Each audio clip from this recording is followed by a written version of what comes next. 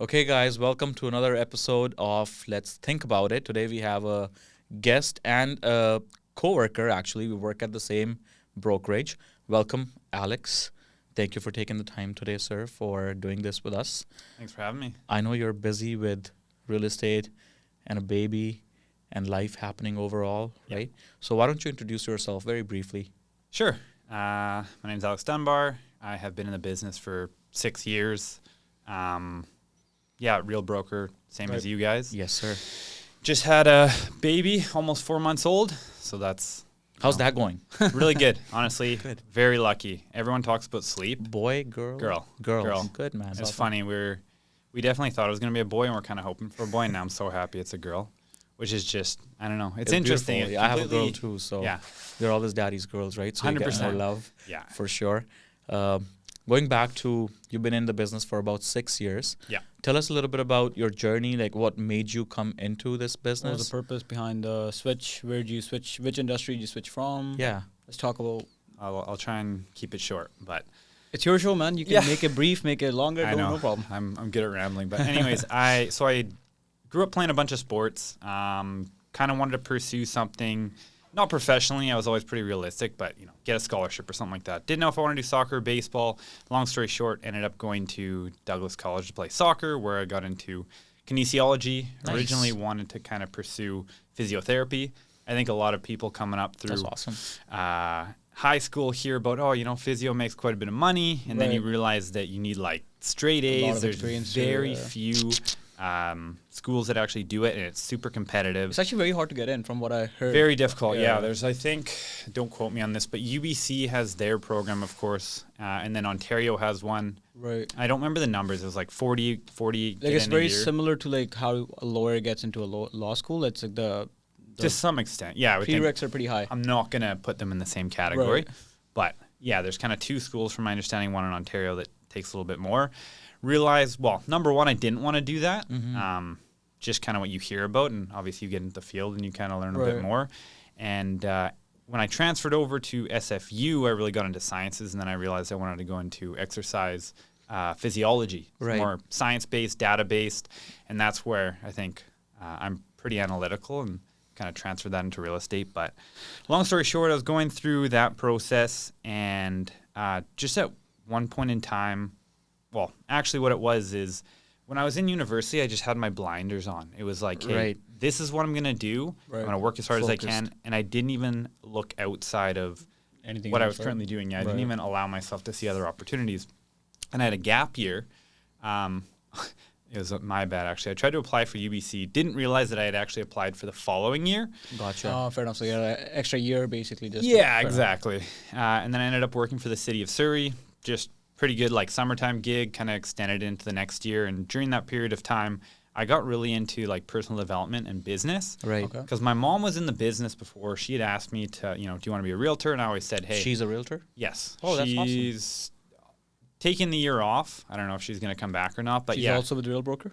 No, she was with Remax Treeline, and that's where I got Okay. my start. But anyway, she basically always asked, like, hey, I'd love for you to come into business with me. And I'm like, Right. I don't have the personality or the skill set. Because I always had this vision of a realtor's a salesperson. They're that, like, pushy bulldog in your face, right? And then over time, I started to realize, like, you don't have to be that person. Like, that is a type of salesperson, but that's not who I wanted to be. Right. And once I realized I could do this any way that I wanted to, I Right. could be the, educator and consultant and help guide people to answers instead of, kind of forcing them in one direction or the other. Right. It really just opened up my mind to the opportunity that, hey, I can be whoever I want, do whatever I want. Right. I think it's just the perception that people just have in the beginning, right? 100%. Even joining the field, they have the same perception. But you're right. You can treat people the way you want to be treated, and Yeah. it can replicate in your business. That's too, how we so- look at it too, man. Like I personally, I don't really have a sales background. Mm-hmm. We do pretty good. We've done good, and a lot of people ask me like, where do you get this sales skill set from? And I'm like, bro, I don't even try to sell. Yeah. It's just if you Right. serve people, the sale just comes if you're honest with them, right? Yeah. So I guess 100%. we align on that mindset where your approach is more about being a consultant, Yes. not the salesperson. Give them Exactly. the Which is right amazing. value, yeah. Yeah. Just changes everything. Exactly. Yeah. So, anyways, that was kind of how I got into it. Started off the business with my mom, just kind of going under her wing. She She was a great realtor, very different personality. She was more was of that just gonna like say. bubbly, outgoing salesperson because she had a background in like. Did you guys have conflict when you were trying to work with her? Because obviously different perceptions, different. Yeah, especially with your opinions. mom, right? Yeah, it's tough to work with family. Like Oh, I yeah. learned a ton, and it was it was a great experience. But for someone who's very like structured and organized versus someone who's very like fly by the seat of their pants. Right. And honestly, I find that those people are the better salespeople per se. Yes. But they need the kind of operator, which Right. I would see myself as, and I think you're kind of that way Fair. as well. Yes, yes, Right, yes. right, To make sure things don't slip through the cracks and keep Right. things organized and structured. And that was the only time where we really butted heads, where it'd be like, hey, here's how we're going to do things because we want to provide the same level of service to every single client. Correct. Yes, individualized based to that client, but there's some sort of a checklist essentially that we're going to be able to give to everybody Right. to treat them the same way and provide that same level of service. That's excellent. Yeah. Good. And you've been doing pretty good for yourself. Yeah, Right? it's been it's even with like the down markets, I hear everyone talking about it and how their business is struggling. And Right. personally, if my business ever fluctuates more than 15-20%, I put that on me. Like I don't put that on the market. Yeah. Right. Yeah. I think it's just again, it comes down Mindset to game, right? your mindset, right? So it Yeah. comes down to that. That's Because if you're looking outside and you're just like, hey, this is bad, and it's like, if all everything's those gonna be bad. Then yeah. Yeah. It's like, how can I adapt? How can I pivot with all these things going on? Right. COVID happened, right? And that was part of my business where I started to like really heavily get into video, social media marketing, Right. and that sort of stuff, right? You're a YouTube star. I don't know about a star, but I definitely that's my primary avenue right now for Yeah. organic traffic. Right. That's amazing. And do you pick up a lot of business from YouTube right Yeah. now? Yeah, You yeah. do, right? It's my biggest source outside of repeat and referral. Nice. Just in this last 2 years, I've really started to pick up with the repeat and referral business. Right. So I'll just give you a quick background on how I maybe kind of started my Sure, social please. media Yeah. journey per se. So when I got into the business, I knew very little about real estate. Right. I was terrified of like actually going through and Right. helping someone with this massive transaction. I can't even think about people who would be self-serving in such a major transaction just to make a commission or whatever, right? Like Right, that just right. didn't click for me. I was stressing about all the little things, making sure it's Right. perfect. Yeah. A lot of people don't think the severity of what we're doing. Like that's the Exactly. biggest decision of someone's life. Yeah. And it's in your hands, right? 100%. So, yeah. No, that's Yeah, so I couldn't live with myself. So, anyways, I, as someone who wanted to educate and consult, I Right. had to learn all this stuff. I was just a sponge with all the information, and so the best way to learn is to actually teach. So, essentially, I was making videos on property transfer tax and GST and all the boring stuff that no one really cares about. Right. But I was learning at the same time as I was actually putting these videos out. So That's great. those weren't getting me clients or anything, but Yeah. it got me more confident on camera, and I was learning things at the same time. Which That's is a a good great tip for way new to just agents, document yeah, what yeah. you're doing, kind of a thing, and the journey Right. itself Exactly. becomes better, right? Yeah. No, that's wonderful. And for a lot of new realtors that are watching this, right? People are always, well, I'm in the lead generation business as well. People are always asking me these online leads never work. They're just like a bunch of tire kickers. What do you have to say about that? What's your experience with this? I've been there and I know what they're talking about, but at the same time, I think most people don't actually have a lead problem. It's a conversion problem, Well said. Yeah. right? So agree. I've done the whole Facebook leads.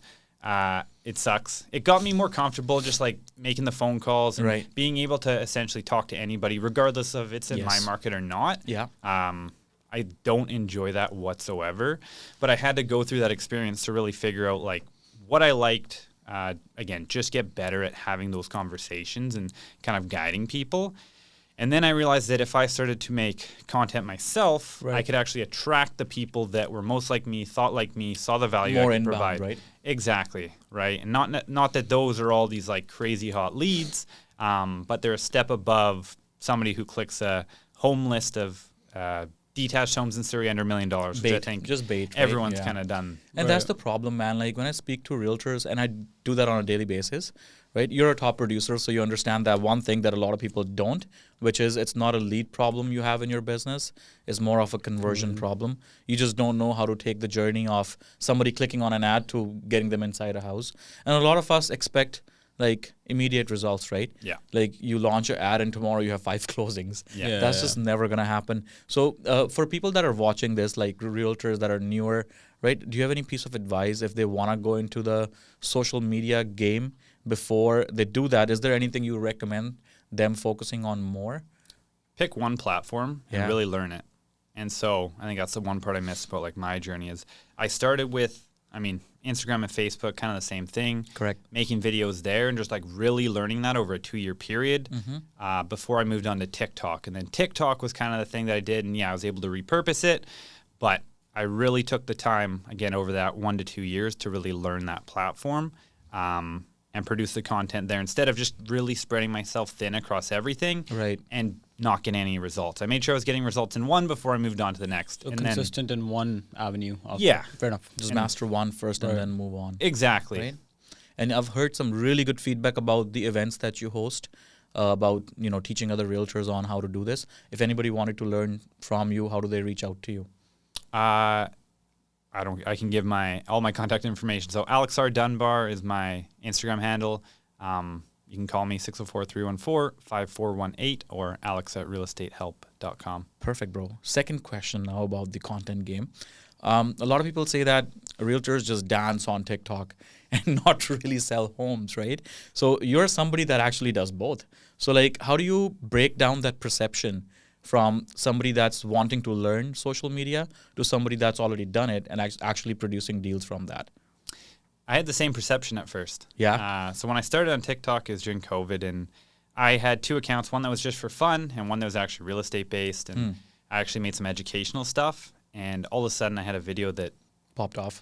it was a minimum down payment, which I didn't think anyone cared about, and went to 100,000 views. And I was Nice. like, wow, there's actually, Always the videos that you don't think are do good. They Yeah. do the best. Right? but I was like, there's something to it. Right. But essentially, there has to be an intention behind these videos. I actually had someone talk to me the other day about it that didn't believe in it. It's actually my YouTube coach. Yeah. And he thought that TikTok doesn't work.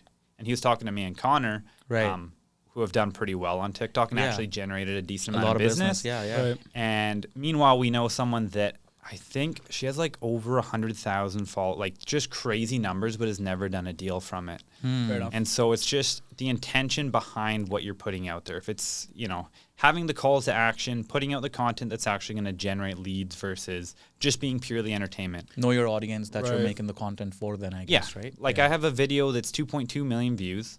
It's about selling Sunset. Right. 0 deals. Didn't give me anything. Like nothing ever came for it. I have a video on YouTube Yeah. that had 171 views, right? 3 deals from it specifically. Nice. Wow. I won't get into numbers, but like very clearly you can see the intentionality behind it because I'm concerned about doing deals, not views. I call Exactly. them vanity metrics, right? Exactly. Right. There's correlation, Yeah. right? Over time, the better stuff that you're going to do, you're going to get more views, more shares, more comments, that kind of stuff. But what you really had to break it down into is, am I having more Intention, right. conversations, getting close? And Like, it what's the doesn't have to be end goal? deals, right? Right. Am I getting more leads, starting those conversations? Because as you said, it doesn't happen overnight. Exactly, yeah.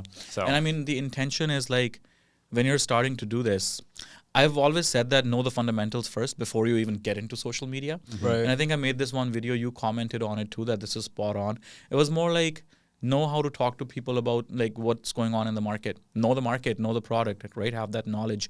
A lot of people just jump straight to social media, especially the newer guys, just because they see people like Alex, people like Connor, people like Kabir getting views and all that. So they think that, oh, if they just do this one thing, they'll automatically become a top producer overnight. But they don't see the sweat equity that has gone into it. I feel like the Right. first I have an opposite view on this. Yeah. I started making one video a day without intention. And my goal was to just be in front of the people that I already know. Yeah. And that worked out for me for a little while. But then when I realized like all the people have already bought with me, then now I make content with an intention. So like I Right. know what type of value I want to provide. Right. And that has also worked in a better way because as you said, you can get 100 views, you might get 3 deals out of it. You can get 2 million views, might not get anything out of it. Right. So I think the intention is needed. Yeah, but for new agents, if you were to give them a piece of advice, right? We'll Right. start with you, Alex. Like, would you recommend somebody who's brand new, get them to start making content day one, or first learn the business and then make content? Both at the same time. Yeah. I think as we talked about, like, document your journey. Yes. Right. As you're learning these things, show people. People love that. And you're telling a story The and they authentic start stuff. to, and they Yeah. actually want to cheer for you. Yeah. That's been the interesting part of watching other people's journeys, because I wish I did a better job at this.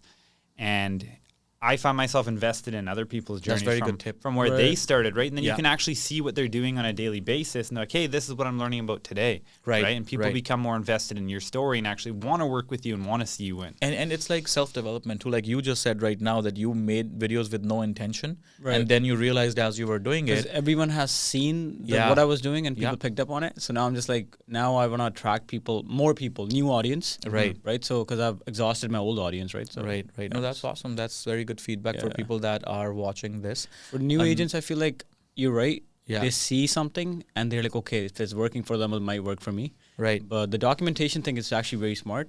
Right. There's a famous influencer, Iman Ghazi. Yeah. He had this whole new thing too, where if you start documenting what you're doing every day, Mhm. automatically, even if there's 5 people interested, they would end up buying from you. So that's all it is, end of the day. Right? Consistency, Yeah. right, over anything else, right? Yeah. So you're mostly in Cloverdale, Surrey market, Yeah, Cloverdale Langley. Cloverdale and Langley. How do you feel about the audience here, the demographic here? I guess what I'm asking is, like, do you feel that the market is moving towards a busier market now, or is it not really transitioning fully as compared to, other markets in BC? I think it's product dependent. Mhm. Like, I'm Right. still finding personally, like, townhomes are busier. Yeah. Detached, it's weird because I feel like there's a lot more inventory, but there's Supply is also pretty high a right now, pretty yeah. high level of sales, right? Correct. It's not like falling off the face of a cliff in terms of prices. Even though we're having this surge in inventory, Right. sales are keeping up, even though they're not at like highs by any means. And then condos are really hit and miss. Like, I'm finding 2 beds, if they're attractive, like they show well, they're priced well, those are still moving. 1 They beds are. seem a little bit lower, and then like luxury is just not moving whatsoever. Yeah, I agree Yeah. with you. I feel like agree with you. Cloverdale and Pacific is going to get a boom, I think, in the next 2-3 years, maybe 4, with the hospital and the SkyTrain. Yeah. So a lot of people are purchasing rectangular lots with Mhm. the whole small scale unit The R3 development, zoning right? and So, all. Yeah. but you're right. I think it's just it's holding its value, but there's nothing too, strong in terms of luxury market is very slow as well. So, Right. but it's still moving though. It's still better than I think Surrey is very slow right now. I think it just comes down to the price. Product End of the and day, price, if something is I guess. priced right, it's still selling, right, kind of a thing. Right. And if it's overpriced, it's just gonna sit on the market, whatever it is. Doesn't matter what kind of product. Yeah, that's the market that we're in Yeah, at the yeah, moment, yeah. right? But Talking about townhomes, I think we met at a townhouse showing in Cloverdale. Yeah, I think so. Yeah, and I think 167th something over there. And you guys try to work I had on an a deal offer together as I had well. an offer right which- behind my office. Yeah. And it was those clients that he made the offer for that you came with for the showing of that townhouse. You remember? Does it ring a bell? Yes, I know It which was a one you're while. It talking was a about. while ago. I don't think I was this a real was back this then. was on once. This was right by our office. Yeah, yeah. On Heather Drive, I think. Yeah. Yeah. I'm forgetting the name of it. 173 and 56, something along those lines. Yes. I think it was the It was a one bed plus and den Yeah, yeah. townhome. Like, Yeah. just So- so I don't my- know, it's so hard to market those. My client wanted to make 2 beds, and so he I was remember doing that. all the logistics on that. Yeah. So I told him, like, you can, but you gotta check in with the strata. He's like, no, you don't. I'm like, I'm telling you, you gotta check in with the strata, right? You And ended he's up a- selling that, right? He has a good friend of Yeah. mine, so I told him it's up to you if you want to get it, but you still have to get permits and everything. Like, you can't just build something. You can, but it's not ethical to build in a strata complex Right. because it's a smaller complex. First of all, Yeah. they're more obviously strict to look at stuff. And he's one of those lower like, oh, I monuments. got this, and that. And then I told him, I'm like, you know what, it's up to you. Then he's like, you know what, let's just leave it. Yeah. So Yeah, that's it's how I funny. met I Alex. just Yeah. wanted to take us back there because that's how we met. Yeah. That's funny. But another thing I wanted to talk to you about, Alex, is you were at a traditional brokerage before, and now we're in a cloud environment. So, like, has that, like, let's be honest here, right? Like, were you actually using the infrastructure of that traditional brokerage before? And you can take names if you feel comfortable. You don't have to. This is, again, like a comparison between what's a better fit for your business, right? And we'll talk more about it. But what do you think is the biggest difference between a name brand with an office space and something that's cloud? Yeah. For me, it was just proactivity versus reactivity. Mm-hmm. So when I got into the business, I was at Remax Treeland Right. in Langley, which they were very clear, like, you don't join this as a new agent unless you have the mentorship and stuff, right? So Fair. that was very clear. It's not like, Which is good. Yes, right. A lot of brokerages don't do that. They'll just take Yeah, anybody, right? yeah. Because yeah. and they are like If they're pretty big. Yeah. based Yeah, they have on a like good name, agent yeah. count, they're the highest producing brokerage in Langley for sure. wow. So tons of friends there, still really respect them. But what I noticed there was that nothing changed unless there was a pain felt or if people asked enough times. So very quick example is, they were working on some sort of CRM for like years and years and years. Finally, another brokerage got, I think it was EXP had gotten KV Core. Yeah. And so eventually they were like, hey, we're going to introduce KV Core 4 years after they already had it because enough people complained. Whereas the period of time that, like the first 6 months with Real, the things that they just continued to do to add value to their Innovation. agents was more than the 4 years I was there. Again, no disrespect, it's just like they were going out of their way to innovate and find ways to improve the agents' lives instead of waiting around and being like, And see oh, the feedback and all yeah, that. right. Somebody's upset. Now we're going to make a change. And that, Right. like, that's the way I run my business. Right. I'm trying to find problems or solve things before they come up Prior for to my that, clients. yeah. If something comes up, that's going into my system so that we It'll don't get run addressed into right that. away. Yeah, Yeah, so we yeah. don't run into that in the future. Right. And then again, just from almost all brokerages are like this, but I wasn't attracted to getting awards. Like, Right. I think it's an ego boost. It is. to be It really honest. is. Yeah. It versus is only ego boost. Yeah. I don't versus think it does actually anything getting else, like right? stock and like again Right. having a 4-month-old daughter, right? Right. The award's not going to feed her, Right, right? Or exactly. support my family, right? Award-winning real trainer bio is not going to do anything unless you're actually good at your job, Yeah, right? and it's great to be recognized. Don't get me wrong, but I just kind of looked at and I was like, if I can be actually financially rewarded for doing things that I'm already doing, why wouldn't I do that? Right. And I think we all share the same mindset. Being at the same brokerage is just that it's just more about what makes you more productive, right? Compared to what looks better on the wall. Because again, truth be told, man, like when I do consultations with buyer sellers, they don't even care if I'm top 1% or whatever percent. All they care about is what do I put on the table for them. I feel like when you used to go to appointments like 3-4 years ago, Yeah. people did obviously care about the name because I've ran into a few times, but now it's Real, EXP, cloud brokerages are so much more like I guess famous too. Yeah. So now it's not really a type of like Exactly. recognition in terms of name too. And So end of the day, I mean, a lot of, especially like new agents, even experienced agents miss out on this one simple thing, that a brokerage is just there to basically be the channel between you and the deal. they're the mediators. They're not doing Exactly. anything else. Like end of the day, you're responsible for your failure or success, right? We hire them essentially. Exactly. Yeah, but people- which is what a yeah. lot of people miss it. They think it's the other way around. So what's the one big difference if somebody's, let's just say, thinking about going to either a name brand or a cloud brokerage? What do you say that should be the deciding factor for somebody? Or what was the deciding factor for you when you made the switch? Just alignment with my values. Good. Right. Because like culture was one of the biggest things. Something I was already doing was like collaborating with people like yourselves outside my Right. brokerage, having Right. masterminds, doing all these things. Right. And certain people weren't necessarily open to that. It's like they want to hide their cards. And I was fair. I was already connecting with those sorts of people and doing these sorts of things that, there's enough pie for all of us, right? And I find that You when got to we work- believe it's the belief pattern. Yeah. Right. If you believe there's an abundance, there is. If you believe there isn't, then there isn't. Yeah. It's just simple as that. It's just right? where no, exactly. I feel like that point where you said like a lot of people hide their cards. They are from, again, not trying to talk anything bad. Yeah. But they are from the traditional older brokerages. Like they don't want to tell you anything because they want to hide everything what they're doing. But I think in our brokerage, everyone's more of giving free knowledge because everyone's on the same page in terms of. And I think the industry's evolved so much as It well, has. right? Like I had a it was a funny conversation I had with a lawyer friend of mine the other day. He said, "Bro, what do you guys do all these realtor masterminds? Like we don't do a lawyer mastermind, right?" I'm like, it's just the business is evolving. Everybody's collaborating. There's like co-listings. There's people representing buyers together, right? So I'm like, it's just the nature of the business we are in, right? And I'm Yeah. like you said earlier on, like you can't really compare our business with that of a lawyer or even a doctor. Right. And a lot of people make that comparison, and I draw the line there. Like, we shouldn't be comparing ourselves to doctors and lawyers. Yeah. There's no comparison. Play a role, stick to the So role. different roles, different jobs altogether. So it's just funny to me that how people always say that, hey, you should always see your hourly value compared to that of a lawyer maybe or a doctor maybe, right? But I think that's just like a wrong analogy. For sure. Right. And which is why I think a lot more people are understanding and opening up their minds to collaboration because you learn so much Yeah. from each other, right? It's like And a just- synergy, right? Yeah. I see it as like 1 + 1 = 3. Like if we're working together, we can do more. Yeah.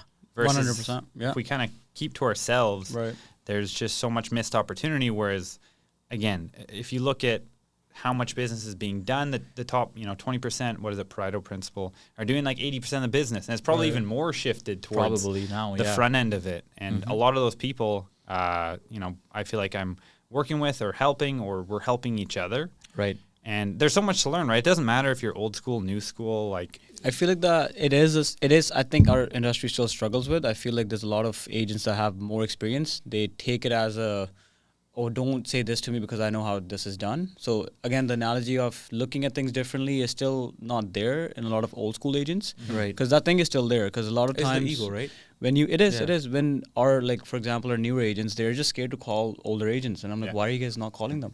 They're like, oh, they said this last time. I'm like, that's how you guys gonna learn, right? Yeah. So, but I think that needs to eventually it will change, but Yeah. It is evolving to a great extent. it goes So- both ways too, right? I think Right. some maybe younger people aren't willing to listen to what the older ones say because like, oh, that's so Yeah. outdated, and there's so much That too. value in what Right. a lot of these people know as well. I think the younger generation is a little bit more open, Right. just from experience, but yeah, it definitely goes both ways. Right. Exactly. Okay, the next thing is how do you with a baby and everything, right? Like that's one That's his question I favorite always question. ask. I think he's able to relate with you in a much different No, dimension. it's because right? So, a lot of people, and sometimes I struggle with it, man. Like I feel guilty if I'm at work too much. I'm like, oh, I gotta go home, give time to my daughter, my wife. How do you balance life with being busy the way you are, hosting like all these events, traveling, and then a 3-month, 4-month old, right? What do you feel about that, and how do you manage it? Yeah, it's been interesting because I struggle with that as well. I think maybe it's a male dominant problem to some extent. If we want to, work hard, give our family Spend a good time. life, Yeah, you have the stress of your mortgage and all this other stuff, right? But at the end of the day, for me, it's been really good so far. I don't know how that's going to continue in the future. I hope it stays that way. Yeah, man. I was very Right. scared, but for me, it's setting boundaries and having like non-negotiables. So I've been lucky enough that I've been spending a lot of time in the mornings. So- Good. And it gives my wife the ability to go to her fitness class, and she Right. can kind of, get out of the house for Do an her hour own or two, thing. do her own thing, and then I Yeah. get that alone time. And there's nothing interrupting me between the hours of 7 and 9 that can't be done later right. on. Right. Right? Versus in the evenings, yeah, I got to be a little bit more flexible. But I think the one thing I've learned from being in the business, when I started, it was nonstop, right? You're just trying to build the business, and you're not necessarily working can't in the take a step business back. as much because Right. you're constantly Working on chasing the it, trying to business. get more business. Yeah. Now it's like when I get these opportunities to maybe relax or take some downtime, I do it because you never know. If you're gonna, Everything can just like blow up Yeah. within a couple weeks, and that's actually exactly what happened. Like the week before we had my daughter, like my phone was just off the hook. It was the busiest I've ever been. Right. And people tell me too, they're like, when you have kids, Yeah. it comes with, I guess, wealth or success, or whatever, however you want the to. stars align. And, Yeah, exactly. Yeah, and I was yeah. like, yeah, whatever. And then all of a sudden I was like, oh my God, like It makes what a is difference. going Maybe on? it is, yeah. So that was definitely an interesting experience. But Are you pretty spiritual as well, or are you more of like the different mindset of like whatever happens for a reason, or Yeah. you control everything? No, I'm somewhere in the middle. Yeah. Because I guess just being someone who's very like data focused and analytical, Mm-hmm. Right. I have that side of me. But then there's the other side where I'm not religious. Right. But yeah, spiritual. That's something that I learned, I guess, honestly, in the last 5-10 years. Right. Is that there's a difference there. I used to think of them as being the same thing. Right. Yeah. No, But there's now, definitely it's something yeah. completely different. But there's certain things in life that you can't explain. I think I've had through Right. different experiences, whatever that may be. Right. And I'm always interested in like bridging the gap though, and like trying to bring the two Trying together to justify it, but to some sometimes you extent, right? can't. But there's Yeah. certain things that you can't. So I find that very interesting. That's awesome. I'm glad to hear that from somebody that's more into like analytics and numbers, right? And I guess it just comes with self-development as well. You try to pick up on things, Right. and sometimes things just happen for you, and it's because you believe in it, right? Yeah. So that being said, anything you want to share with us? And we've just recently started doing this segment in our podcast. We want you to share, if you can come up with a funny story throughout your career, and like Worst a nightmare horrible of a experience you had deal being that a you had. realtor. Oh man. You can think about it if you like. And in the meanwhile, I want to touch base on something that I really like about you is your consistency. Right. And I watch your YouTube videos myself. They're really good. I like the thumbnails too. 'Cause And I they're know you've been very- doing it for about three Right. plus years now, very, very consistently. That's something that I'm learning from you, and I want to start doing it myself as well. So I wanted to tell you in person that you've inspired me to do, more long form content. So thank you for that, Yeah, I appreciate unknowingly. it. Yeah. So and anything you want, I'm open Yeah. book, right? thank So- you, appreciate that. I feel like the videos are so like the title and the picture of the video explains everything that you're gonna know. That's missing in it. a lot of videos, right? So Honestly, I hate to say it, it's almost more important than the video itself. 100%. So if you because can't get them, you Exactly. would click on it and nothing Yeah. will happen. Right. Yeah. Hook So- point, right? and so I guess one of the things I'll put out there is one of my favorite sayings from a realtor out in Toronto, Tom Story. His quote is, "Visibility beats ability." Right? Wow. It's something to keep in mind, because at the end of the day, even if you're the best agent out there, if you don't give yourself the opportunity to be in front of that person, you can't earn their business. Absolutely. So, Right. of course, you should be able to service the business, but can you get yourself out there in front of more people? And for someone who doesn't like sales, the one thing that kind of helped me with that is understanding or like knowing that they may be getting a lower level of service, and I'm actually doing them a disservice by not letting Giving them them- know who I am and that I'm Right. available. Right, it's just a great mindset you And I carry. think I think once you have that type of content and the ability to give that content, people are so much more comfortable talking to you too, because they know you. Yes, like we're having way this anyways. conversation. We're sitting down for the first time ever, I think. Right. We've had like small talk here and there about a listing, but it doesn't feel like that I don't know you from before. And it's Right. because of what you're putting out there, right? You make people feel comfortable with that. Right. Yeah. Right? Yeah. Okay. Back to the story time. I think I got two now. Okay, I'll you go. got it. Okay, We'll go with perfect. Let's the bad one first. Yes. So, and this is like, these are the things that you can't learn about in real estate school or anything Unless else. it happens. Yeah. So I had a listing that was it was subject to probate due to the fact that the owner was not of sound mind. Okay. But or was it subject to probate? Anyways, I probably just ruined it. Now I'm going to sound like an idiot. We had the open house, and this was in the middle of COVID, and she Yeah. had just got put into a home. We were taking offers on the Monday. This was in the heat of the market. Right. And on that Sunday night, I get a call. Seller passed away, Oh, Shoot. right? Just like, what do you do then? so it It takes longer with the probate then, because yeah, and I think there was like a power of attorney. I'm getting this all mixed up, but long story Right. short, it got extended almost a full year, and unfortunately, just if we had the accepted offer, I believe we market would could have been have very different. we could have got it into escrow. There's like a specific way to go about this that I've talked to people, but Right. because it had to go into the probate process again, and so yeah, values went down about $300,000. Wow. And yeah, it's a really tough situation, right? That's That's that very must have sucked. Yeah. 300K is leaving that on the table. But again, Yeah. sometimes the circumstances are the way they are. That's right? a You can't difficult change them. experience or a position to be in. 'Cause, Yeah. like, what do you do? It's But I've- dealing with the people too, right? Because I'm trying to be as objective as possible, but Yeah. also dealing with It feelings. puts you in a very and- difficult position too. Yeah. yeah. So that was the one that was like the But as agents, we're not just salespeople or service people. We're also therapists. 100%. Right? So it's just part of the process. yeah. But that's very interesting story. I mean, I've always wondered, and glad that you put it out there. That what happens if something's under contract and somebody passes away? Right. So yeah, it's going to take longer. I did therapy once for a client. Yeah. And he made a very bad decision. After that, I stopped doing therapy. I'm like, you know what? I'm gonna just leave this on the table. Yeah. You let me know what you want to do. But you're right. We play a lot of different roles. But I had a similar. I was trying to get a property again for my clients. They were able to actually work with the lawyer, and we were able to get the property. And the subject to probate took almost 8 months.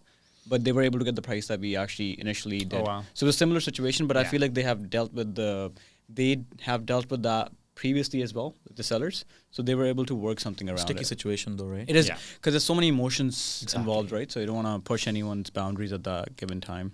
Yeah. So let's turn the topic. What's the best Yeah. experience you've ever had? I was going Best with the funny. funny one. Yeah. I'll just go with the funny one because I don't know if I have like a best experience. Okay, fair enough. top of Yet mind to right happen. now. Funny would do. Yeah. Yeah. So, anyways, I was going into a CMA, Yeah. and the seller's kind of showing us through the house and everything, and takes us into one of the washrooms, and let's just say they left something in the toilet. Oh no way. And it made for the rest of the presentation to be a little bit awkward, but it was. That's hilarious. Was it actually. like awkward, or was it like did you both start laughing? Did they feel comfortable around you after that? They're like, oh, we've already embarrassed ourselves, so might as well give the listing to Alex. I don't know if they actually noticed or if they played it off like Oh, they okay, didn't fair know. enough. Did you get that listing? I did. Okay, there you go. Maybe that was the trick. Maybe yeah.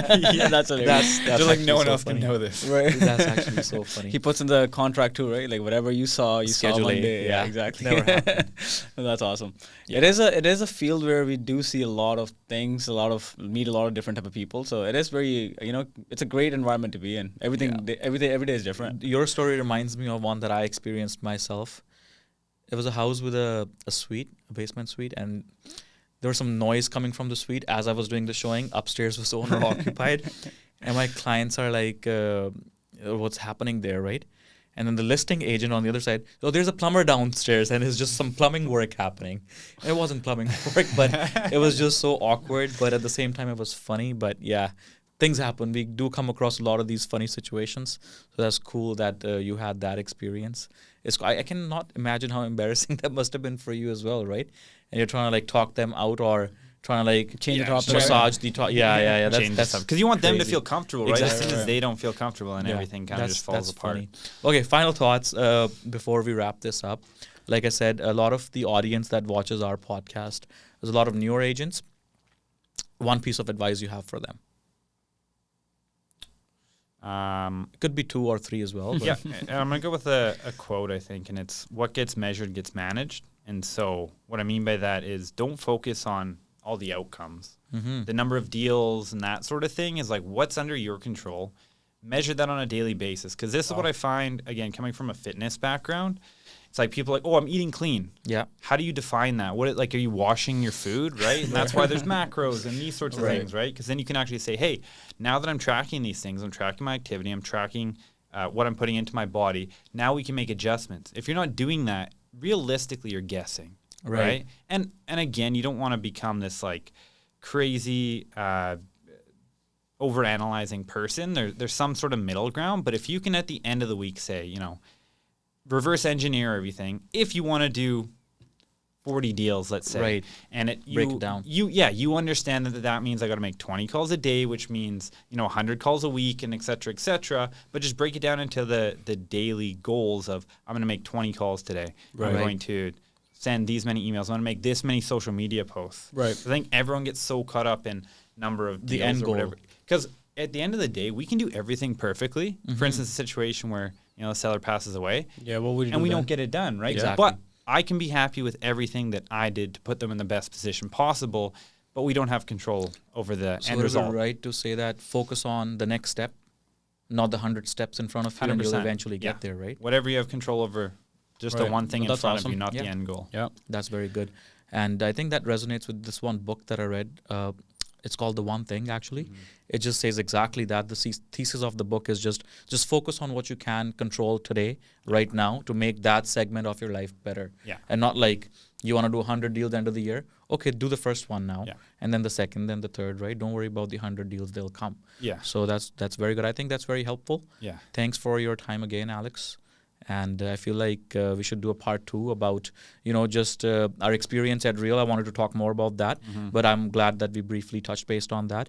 It's been a good journey so far. Would you say so as well? Yeah, And it's- 100%. How it's just- long have you been in the same brokerage? Since it was like 3 weeks after they came to BC, so it was like February 1st of 2023. Oh, wow. So you've been So you here were longer the than initial us, people, for right, sure. right. Yeah, and Yeah. I was just trying to make sure that everything transferred smoothly because my clients were my biggest priority at the end of the day. 100%. Right. But if I was to just give you the very quick 3 points of Yeah. like I wanted to do this before, it was the culture, the tech, and the financial opportunities. Like that's it. 100%. Obviously, That's can what expand, attracted us but as well. We won't. The financial expand aspect, honestly, when they released The wallet? they give you Unreal, a man. line, the line of credit. Yeah, That was unreal. insane. I was Yeah. actually, I saw my app and I'm like, oh, do I have money? I'm like, what the hell is happening here? So yeah, Yeah, no, that's it's actually unreal. a crazy feature. Yeah. Yeah. So So if anybody watching wants to learn more about Real Brokerage and wants to partner up with Alex or us, please reach out. Happy to help.